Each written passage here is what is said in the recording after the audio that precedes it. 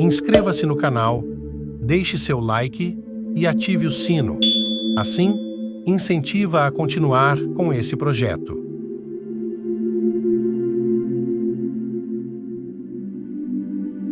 A Bíblia conta que João, o discípulo de Jesus, havia sido preso por pregar o Evangelho e cumprir a sua pena na ilha de Patmos, na região conhecida naquele tempo como Ásia Menor, atual território da Turquia. E foi lá que ele foi tomado pelo Espírito Santo de Deus e recebeu a visão que relatou no livro de Apocalipse. Como sabemos, o último livro da Bíblia traz relatos sobre o fim dos tempos, a volta de Cristo, a derrota definitiva de Satanás e o juízo final, onde homens e mulheres serão julgados pelo Senhor e conhecerão seu destino eterno. Mas neste vídeo eu falarei sobre o capítulo 13, que trata das duas bestas que surgirão no período da Grande Tribulação, e provavelmente você já ouviu falar nesses dois seres. Até mesmo aqueles que não são cristãos e pouco conhecem as Escrituras, em algum momento já ouviu falar das bestas do Apocalipse. Talvez em algum filme, livro ou até mesmo em histórias contadas pelos mais antigos. Mas o que poucos sabem é que essas duas bestas têm características totalmente diferentes. Uma é a besta que saiu do mar e outra é a besta que saiu da terra, e existem dúvidas a respeito do seu significado. Por isso vou mostrar quem são as duas bestas do Apocalipse e qual é o papel de cada uma delas durante o fim dos tempos. Para isso, não vou me basear em filmes ou livros de ficção, mas sim na palavra de Deus. Mas antes de iniciarmos, quero que você deixe seu like, se inscreva no canal e ative o sino para que o YouTube te avise quando eu postar vídeo novo.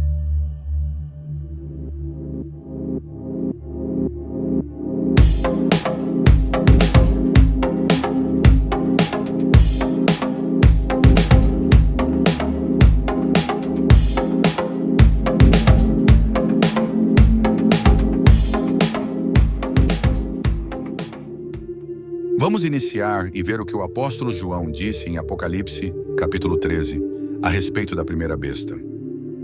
Vi uma besta que saía do mar. Tinha 10 chifres e 7 cabeças, com 10 coroas, uma sobre cada chifre e em cada cabeça um nome de blasfêmia. A besta que vi era semelhante a um leopardo, mas tinha pés como os de urso e boca como a de leão. O dragão deu à besta o seu poder, o seu trono e grande autoridade. Uma das cabeças da besta parecia ter sofrido um ferimento mortal, mas o ferimento mortal foi curado. Todo o mundo ficou maravilhado e seguiu a besta. O símbolo que mais caracteriza essa besta é o chifre, e na Bíblia os chifres, tanto reais quanto simbólicos, se refere ao poder e autoridade, principalmente ao fim dos tempos. E esta besta é aquela citada pelo profeta Daniel no Antigo Testamento. Vamos ver o que ele disse. Na minha visão à noite, vi ainda um quarto animal, aterrorizante, assustador e muito poderoso. Tinha grandes dentes de ferro, com as quais despedaçava e devorava suas vítimas, e pisoteava tudo o que sobrava. Era diferente de todos os animais anteriores, e tinha 10 chifres. Os estudiosos dizem que a primeira besta representa os gentios, ou seja, aqueles que não têm origem judaica, que é o povo escolhido pelo Senhor no Antigo Testamento, descendente de Abraão, mas que não reconheceu a Cristo como Filho de Deus. E mais, a visão de João a respeito desse ser semelhante ao leopardo, com os pés de urso e a boca de um leão, é totalmente simbólica. A primeira besta virá ao mundo como um homem não-judeu muito poderoso e influente, capaz de convencer uma multidão de pessoas apenas com um discurso. Isso porque essa besta virá com um grande poder e autoridade do dragão, ou seja, Satanás. Essa primeira besta é o anticristo. A Bíblia diz que a sua sabedoria e carisma vão conquistar a todos e farão dele a pessoa mais admirável e querida entre todos os habitantes do planeta. Tudo isso vai torná-lo o homem mais notável e importante de todos os tempos.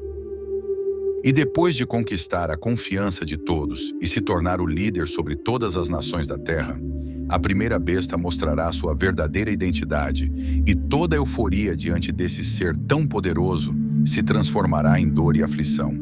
Ele blasfemará contra o nome de Deus e perseguirá e matará os seus santos. Então, como todas as obras de Satanás, a felicidade se transformará em choro. E logo depois, a partir do versículo 11 do capítulo 13, o apóstolo João começa a fazer relatos sobre a segunda besta. Então vi outra besta, que saía da terra, com 2 chifres como cordeiro, mas que falava como dragão.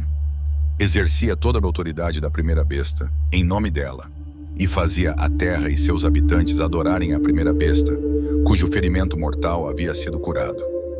E realizava grandes sinais, chegando a fazer descer fogo do céu à terra, à vista dos homens. A segunda besta terá grande autoridade e fará milagres no nome da primeira besta. Assim como o anticristo, essa figura virá em forma humana, e a Bíblia chama-o de falso profeta.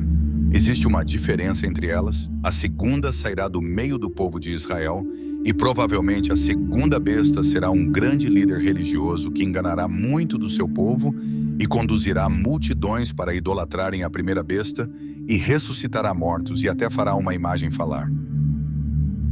E a dúvida da maioria das pessoas se é verdade sobre a marca na testa? Eu respondo de fato que é verdade. É a marca que a segunda besta irá fazer e obrigar a todos a receber a marca na mão direita ou na testa. Ninguém poderá comprar nem vender sem essa marca, o nome da besta ou seu número, 666. Entretanto, o governo dessas 2 bestas não vai durar para sempre.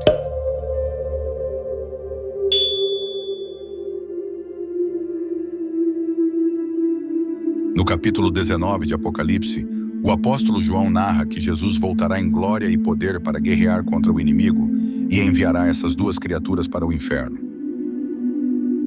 Vamos ver o que está escrito. Então vi a besta, os reis da terra e os seus exércitos reunidos para guerrearem contra aquele que está montado no cavalo e contra o seu exército. Mas a besta foi presa, e com ela o falso profeta que havia realizado os sinais miraculosos em nome dela, com os quais ele havia enganado os que receberam a marca da besta e adoraram a imagem dela. Os 2 foram lançados vivos no lago de fogo que arde com enxofre. Assim o Evangelho é claro que o fim dos tempos será marcado pelo engano. Jesus contou que antes do surgimento do anticristo e o falso profeta, muitos se revelariam como grandes homens de Deus para seduzir e enganar as pessoas. Foi por isso que Cristo disse: "Cuidado, que ninguém os engane, pois muitos virão em meu nome dizendo, eu sou Cristo, e enganarão a muitos."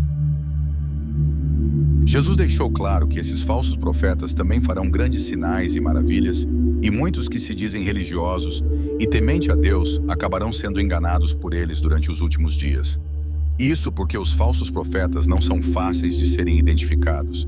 Eles não surgirão com chifres na testa, mas sim como Jesus, usando o nome do Pai, realizando maravilhas, milagres e demonstrando amor às pessoas. Isso tudo não passará de uma grande armadilha que poderá custar a salvação de muitas pessoas. Isso mostra que tanto os falsos cristos quanto as 2 bestas descritas em Apocalipse estão debaixo do domínio do próprio Satanás, que é o rei da mentira e do engano. O seu objetivo no fim dos tempos será frustrar os planos de Deus, mas ele jamais conseguirá. Por isso, se você conhece a palavra de Deus e seus olhos estão fixos em Jesus, não há motivos para você ter medo, porque Jesus cuidará de você e te protegerá. Estou certo de que muitas pessoas têm medo do livro de Apocalipse, porque o leem fora de contexto e sem entender que boa parte dos relatos de João são simbólicos. Não haverá monstros com várias cabeças e chifres cuspindo fogo em todo o mundo, e sim figuras humanas que receberão poderes do diabo para dominar o mundo e trazer o mal para a humanidade. Assim nós que amamos o Senhor e servimos a Ele de todo o nosso coração, não temos que ver os acontecimentos dos últimos dias como algo trágico ou assustador, mas sim como o tempo em que Jesus voltará e derrotará o inimigo de uma vez por todas, caindo por terra e o expulsando da presença dos filhos do Pai. Amém. Então todos nós que estamos com Cristo viveremos dias de paz e alegria para sempre. Amém. Essa é a maior promessa que podemos receber. Então lembre-se, irmãos, que Jesus não perde no último capítulo do Apocalipse. Ele reina vitorioso e podemos nos alegrar com a vitória do Senhor. Aleluia.